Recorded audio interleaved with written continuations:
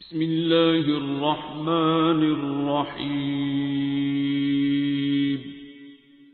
الرحمن. After a long time sir ji madam. کنترا محراب کے بعد آج میرا حال ہے ملاقات اس کے بعد. جی میڈم وہ اصل میں میڈم میرا نا اسی ٹائم پہ جن دنوں پلے کی ہم ریہرسل ہی کر رہے تھے نا ٹرانسفر آرڈر آ گئے تھے ادھر سے. اچھا. تو میں اور میرے ایچ او ڈی سارے ان کوششوں میں لگے رہے کہ ٹرانسفر نہ ہو. تو وہ 3-4 ماہ جو ہے نا وہ ٹگ آف وار چلتی رہی. تو بالآخر وہ جو ہے نا ٹرانسفر ہو گیا میں اور جانا پڑا. تو اس سلسلے میں نے سر سے پرمیشن بھی لی تھی کہ میں اپنے 2-3 ایکسپیرینس شیئر کرنا چاہ رہا تھا. ایک تو میں یہ شیئر کرنا چاہ رہا تھا کہ پچھلی والی دعا میں ایک بندے نے یہ کہا کہ آپ سر سے کہا کہ آپ یا آپ سے کوئی ریلیٹڈ بندہ جواب دے دے.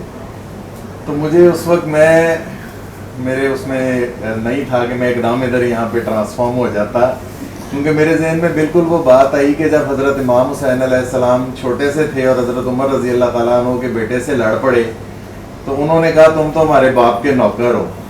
تو وہ جا کے انہوں نے حضرت عمر کو بتایا, انہوں نے کہا لکھوا کے لاؤ.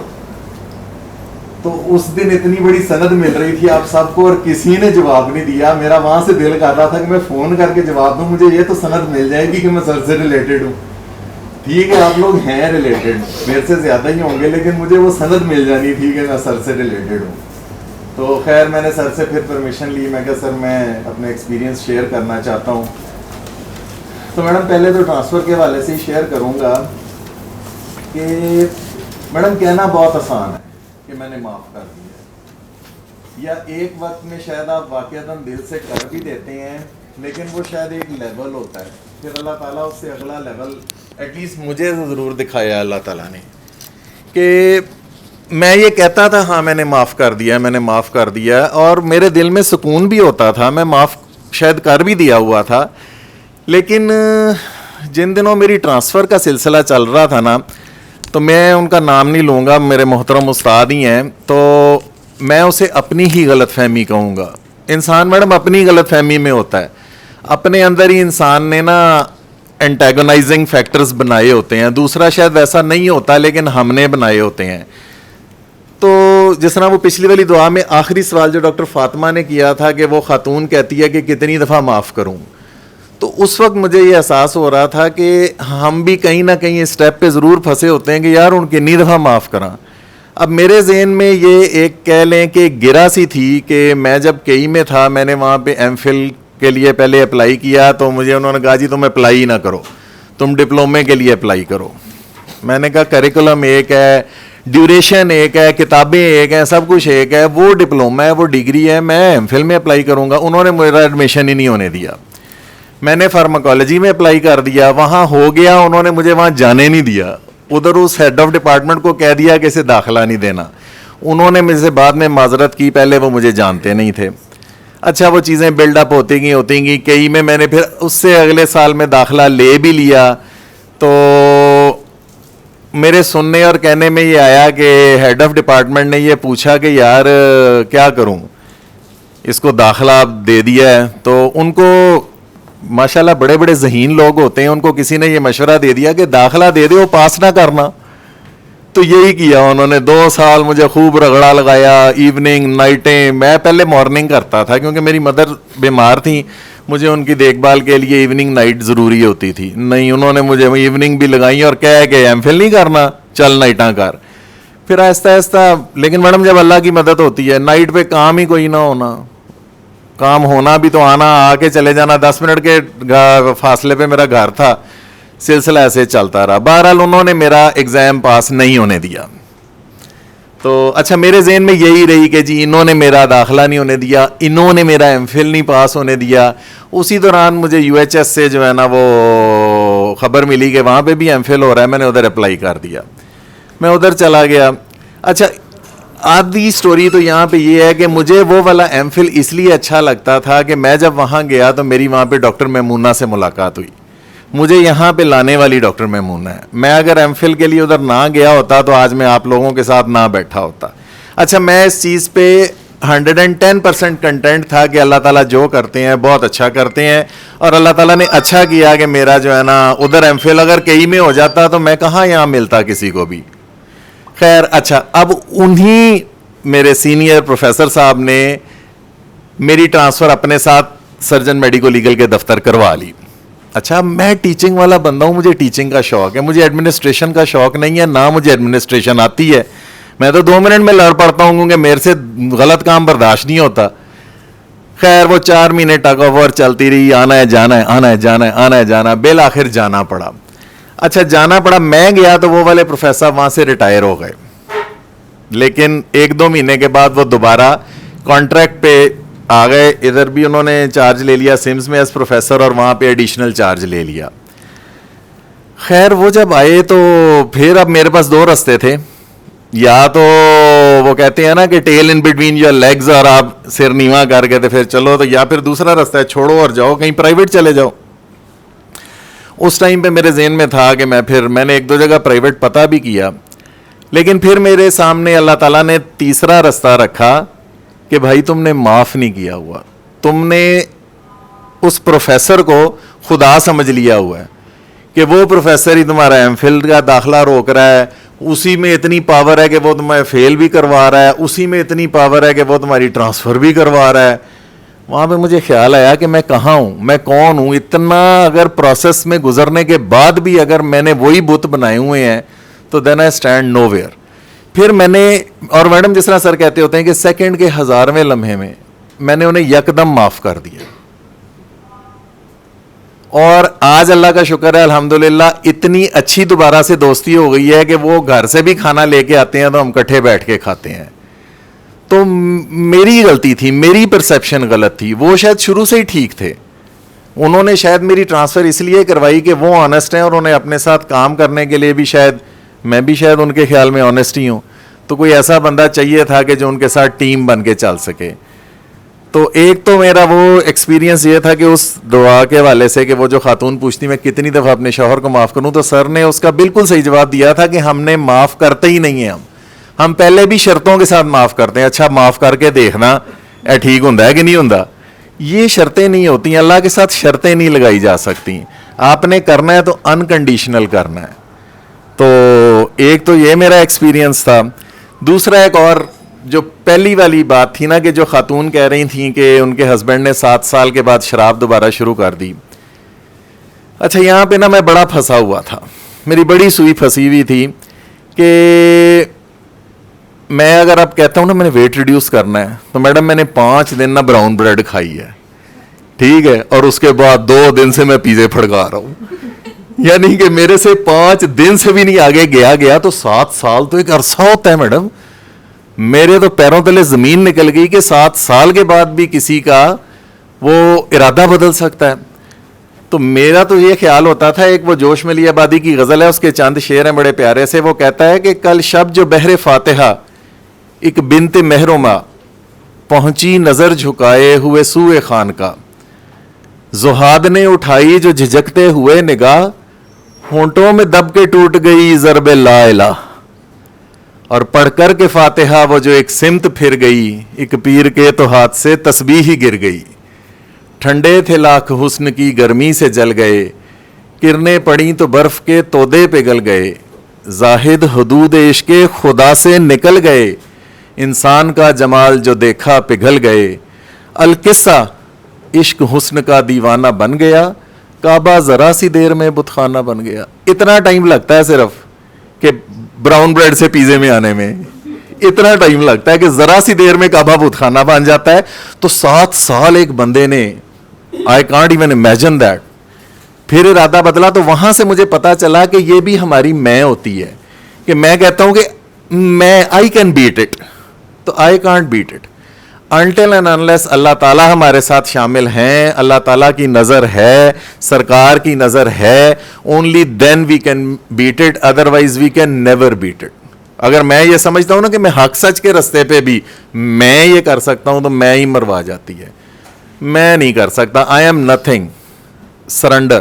کیونکہ گورے نے ایک کانسیپٹ, سر بڑی پیاری بات کہتے ہیں, گورا علیہ السلام نے ہمیں کانسیپٹ دیا ہوا ہے فیس بک پہ بھی آپ نے دیکھا ہوگا کہ ہم یہاں پہ سکون ڈھونڈتے ہیں جہاں ہمیں سزا کے طور پہ بھیجا گیا ہے. یہ کانسیپٹ کرسچینٹی کا ہے, ہمارا یہ کانسیپٹ نہیں ہے.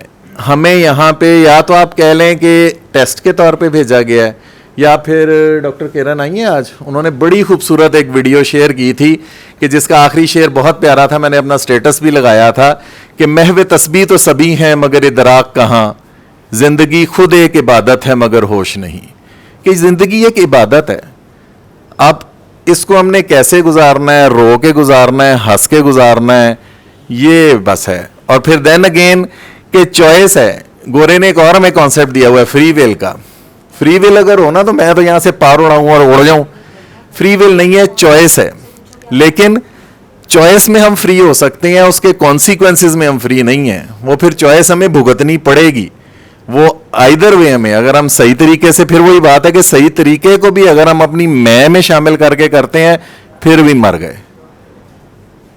تو یہ تو بات وہی ہے کہ یہاں تو منزل قدم قدم پر ہے. آپ جتنے مرضی سٹیپس پہ چڑھتے جائیں, آپ سمجھتے جائیں کہ now I am safe, you are never safe. مارا جاتا ہے بندہ, کہیں نہ کہیں مارا جاتا ہے. تو ایک یہ والا تھا, ایک وہ تھا, اور ایک وہ سوال مرشد والا, پارشیلٹی والا. اچھا اس چیز پہ میں بڑا عرصہ اڑا رہا ہوں. اچھا پارشیلٹی والے پوائنٹ پہ نا میں بڑا عرصہ اڑا رہا. شروع میں جب میں آیا نا نیا تو امپورٹنس ملتی ہے, بندہ بڑا خوش ہوتا ہے. پہلا علامہ اقبال والا سیمینار بھی وہ کیا, سارا کچھ کیا. تو اب ظاہری بات ہے جب آپ آہستہ آہستہ وہ ہوتے جاتے ہیں, آپ سمجھتے جاتے ہیں, تو آپ کو اتنی توجہ نہیں ملتی جتنی نئے لوگوں کو ملتی ہے. تو میں درمیان میں نا غائب ہو گیا ہے, توجہ نہیں مل رہی. تو ڈاکٹر میمونہ نے مجھے کہا کہ نہیں آپ جائیں. اچھا خیر, میڈم نے مجھے کہا, میں دوبارہ آنا شروع ہو گیا. لیکن آج جو ہے نا وہ پچھلی دفعہ والے اگین ایک سوال کے بعد جو آپ نے کیا, بڑا اچھا سوال تھا, میری گرہ کھلی اس سے, کہ خلیل الرحمان کا ڈرامہ ہے صدقے تمہارے. اس میں جو ویلن کیریکٹر ہے نا وہ اس کی مائرہ خان کی ماں ہے رشیدہ, جس کو اس کی نانی کہتی ہے کہ رشیدہ تو گورکن ہے, گورکن, تیری جب تک دیہڑی نہ لگے تجھے چین نہیں پڑتا. اچھا وہ جو عورت ہے نا وہ بیسیکلی خلیل جو ہوتا ہے اس کے فادر میں انٹرسٹڈ ہوتی ہے شروع سے. They might have had an affair, جو انہوں نے ڈرامے میں دکھانے کی کوشش کی جتنا بھی وہ لیجیٹیمیٹ دکھا سکے. تو لیکن اس کی شادی اس کی بڑی بہن سے ہو جاتی ہے. لیکن اینڈ میں وہ اپنی بہن کو ایک ڈائلاگ بولتی ہے, کہتی ہے میں نے کہتی ہوں پا جی, تو کہتی ہے یہ نہ سمجھنا میں نے پا جی کہتی ہوں, میں نے پا جی کہتی ہوں پائیے والا, کہ چل تیرا یہ سارا پائیا تو میرا ہے نا. تو میں بھی ایونچولی پھر مجھے نا میری سر کے ساتھ یہی والی ایک محبت ہو گئی کہ پا جی, کہ ٹھیک ہے وہ سب کے ہیں لیکن چلو پائیا تو میرے ہیں نا. تو وہ مجھے بڑا وہ نا میرا دل کر رہا تھا اس دن, چونکہ وہ بالکل اینڈ تھا, دعا کا 4 بج رہے تھے, مجھے پتا تھا سر آپ وائنڈ اپ کر رہے ہیں, نہیں تو میں اسی دن آتا. تو یہ باتیں, لیکن پھر میں نے سر سے اجازت لی کہ میں نے یہ چیزیں شیئر کرنی ہے. تو سر نے کہا تھا اچھا ٹھیک ہے آپ, تو وہ میں جو ہے نا پھر بھی لیٹ ہو گیا. سر نے کہا تھا 7 بجے آ جانا. تو تھینک یو, جزاک اللہ خیر. سوال پوچھا تھا نا کہ وہ بہت بڑا سوال ہے, میں تو اس کا متحمل ہی نہیں ہو سکا. میں وہ واحد ویڈیو ہے جو میں پوری نہیں دیکھ سکا. وہ بہت بڑا سوال ہے کہ سرکار اگر اچانک سامنے آ جائیں. تو میں نے ایک قصہ پڑھا, ایک استاد نے اپنے بچوں کو امتحان دیا اور اس نے کہا کہ جس کے جتنے غلط ہوں گے نا اتنے ڈنڈے پڑیں گے. کسی کے 2 غلط, کسی کے 4 غلط. تو ایک اسٹوڈنٹ کے پاس جب وہ پہنچا نا تو وہ یہ کہتے ہوئے گر گیا کہ میرا تو سارا ہی غلط ہے, اور وہ رو رہا تھا. تو اس کو مارنے کی بجائے ٹیچر خود گر کے رونے لگ گیا کہ میرا تو اپنا سارا غلط ہے, میرا تو سارا کچھ بھی نہیں ہے, کہ میں کس منہ سے سرکار کے آگے کس طرح سے, کیا جس طرح انہوں نے کہا ہے بالکل صحیح کہا ہے کہ وہ اوقات, وہ کیپیسٹی وہ ہے ہی نہیں. وہ مقام ہی کچھ اور ہے, وہ درجہ ہی کچھ اور ہے, وہ لیول ہی کچھ اور ہے, وہ ایک حد ادب کا مقام ہے. تو لیکن ہاں ایک بات ضرور آتی ہے کہ جی چاہتا ہے ان کے قدموں سے لپٹ جاؤں, وہ دیکھ کے فرمائیں دیوانہ ہے دیوانہ. بس اس سے زیادہ کی اور اوقات ہی نہیں ہے میری کہ بس قدموں سے لپٹ جاؤں اور وہ کہیں گے یہ دیوانہ ہے. بس اتنی سی. پھر جس طرح انہوں نے بات کی بڑی پیاری سی کہ موت والی بات ہے کہ اللہ تعالیٰ فرماتے ہیں کہ کلو نفسن ذائقۃ الموت. اگر اس کو آپ ٹرانسلیشن میں دیکھیں تو ذائقہ وہی چاول ہوتے ہیں نا, وہی بریانی ہوتی ہے. ایک بناتا ہے تو واہ جی واہ, دوسرا بناتا ہے تو وہ کہتا ہے کہ شیطان کچھ بندوں کے آگے ہاتھ باندھ کے کھڑا ہوتا ہے کہ پلیز کھان تو پہلے بسم اللہ پڑھ لیں, نہیں تو مینو کھانا پڑنا ہے, کہ اتنا بد ذائقہ کھانا بنا ہوتا ہے. تو ذائقے والی بات ہے کہ ہر ذی روح نے موت کا ذائقہ چکھنا ہے. اب وہ ذائقہ کیسے ہے, اب وہ ذائقہ کیا ہے, اور اب لیٹسٹ ریسرچ ایک آئی ہے, ہاشم الگلی کی میڈم آپ دیکھتی ہوں گی ویب سائٹ, اس پہ لیٹسٹ ریسرچ آئی ہے کہ ڈیتھ کے کچھ ٹائم کے بعد تک برین زندہ رہتا ہے, اور برین کا بھی وہ والا حصہ زندہ رہتا ہے جس میں میموریز ہوتی ہیں. تو آپ کی ساری لائف آپ کی آنکھوں کے آگے ایک دفعہ فلیش کرتی ہے when even you are off the ventilator. Exactly. تو جو کیا ہے, اسی لیے میں کہہ رہا ہوں لیٹس میک گڈ میموریز, کہ گڈ میموریز فلیش بیک کریں. ایسا نہ ہو کہ وہ سارا کچھ ہمارے سامنے آئے کہ جس کا پھر ہمارے پاس اس وقت حل کوئی نہیں ہوگا. اور اگین پھر ایک بڑی جس طرح خوبصورت سی بات ہے نا کہ کمپیوٹر میں ایک کی بورڈ پہ ایک کمانڈ ہے کنٹرول زی, اس کا مطلب ہوتا ہے انڈو. آپ پورا ایک لیٹر لکھ لیں 400 لفظوں کا, آپ کو مزہ نہیں آیا, آپ کہتے ہو کنٹرول زی, یا جہاں جہاں سے کرنا ہوتا ہے آپ کنٹرول زی کرتے ہو. ہائے لائف میں کنٹرول زی نہیں ہوتا, لائف میں جو کرتے جاتے ہیں نا بس وہ ریکارڈ ہوتا جا رہا ہے.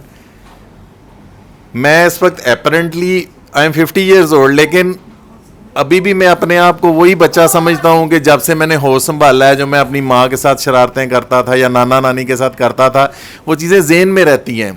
دوسرے مجھے دیکھ رہے ہیں کہ میری ایج بڑھ رہی ہے, میں تو اپنے آپ کو نہیں نا دیکھ رہا, لیکن میں یہی سمجھتا ہوں اچھا آج میں ایسے ٹھیک کر لوں گا, اچھا میں کر لوں گا نا, I'll do it, میں اپنے آپ کو ٹھیک کر لوں گا. تو یہ کنٹرول زی والا بٹن کبھی بھی نہیں آتا, اور ہوتا ہی نہیں ہے. جو آپ کرتے جا رہے ہو بس وہی ریکارڈ ہوتا جا رہا ہے. تو پھر وہی گال اینڈ میں لیٹس میک گڈ میموریز. اب آج باقی لوگ تو جانتے ہیں, لیکن میں آپ سے ضرور شیئر کروں گا. میری پہلی جو دعا تھی وہ اسی سے متعلق تھی, اسی لیے میں نے بات اسی سے شروع کی تھی کہ کوئی بھی یہ دعویٰ نہیں کر سکتا کہ اس نے یہ خواہش نہ کی ہو کہ میں مر جاواں یا اللہ کہاں ہے کیا ہے. میں نے اپنی ماں سے دیوانگی کی حد تک پیار کیا, دن نہیں, نوکری نہیں, کچھ بھی نہیں دیکھا. لیکن جس دن وہ میری ماں کو لے گیا, میرا ایمان لے گیا, وہ میرا تو اللہ سے ایمان ہی اٹھ گیا. میں کہا یہی وہ اللہ ہے جو کہتا ہے کہ ماں باپ کے چہرے کو پیار سے دیکھنے کا ایک مقبول حج اکبر کا ثواب دیتا ہے. میرے پاس تو عبادت ہی اور کوئی نہیں تھی, میری تو وہ عبادتیں لے گیا ہے. تو اس ٹائم پہ میرا ایمان ہی اٹھ گیا تھا, اللہ سے ایمان اٹھ گیا تھا. میں تو اللہ کا احسان مند ہوں کہ انہوں نے مجھے اللہ مرشد سے ملوایا, سر سے ملوایا. He is the one who brought me back, otherwise میں تو ہیڈ لاسٹ ایوری تھنگ. اس لیے بالکل آپ کی بات ٹھیک ہے کہ انسان کی زندگی میں ایک نہ ایک لمحہ, ایک وقت ایسا ضرور آتا ہے, اور وہ میک اور بریک پوائنٹ ہوتا ہے کہ یا تو پھر آپ اس سے آگے, اور یہ پھر شیطان کا وسوسہ ہے, کیونکہ اللہ تعالیٰ نے اسی لیے کہا ہے لا تقنطوا من رحمت اللہ, کہ اللہ کی رحمت سے مایوس نہ ہو. رحمت ہے تو سب کچھ ہے. تو اس لیے اللہ تعالیٰ پہ توکل کرنا ہے, سرنڈر ہی ہے ہمارے پاس. اور جس طرح خوشنودہ بھی کہہ رہی ہیں کہ سرنڈر بھی وہ انہی کی مرضی سے ہے, سرنڈر بھی آپ اپنی مرضی سے نہیں کر سکتے, یو جسٹ کانٹ. اور وہی والی بات ہے کہ اس دنیا میں آنے سے 50,000 سال پہلے, اور جیسے بھائی نے کہا کہ ایک دن 1,000 سال کے, تو اس دنیا میں آنے سے 50,000 پہلے کا سب کچھ لکھا جا چکا ہے. Things have been written and the pens have dried. علم القرآن خلق الإنسان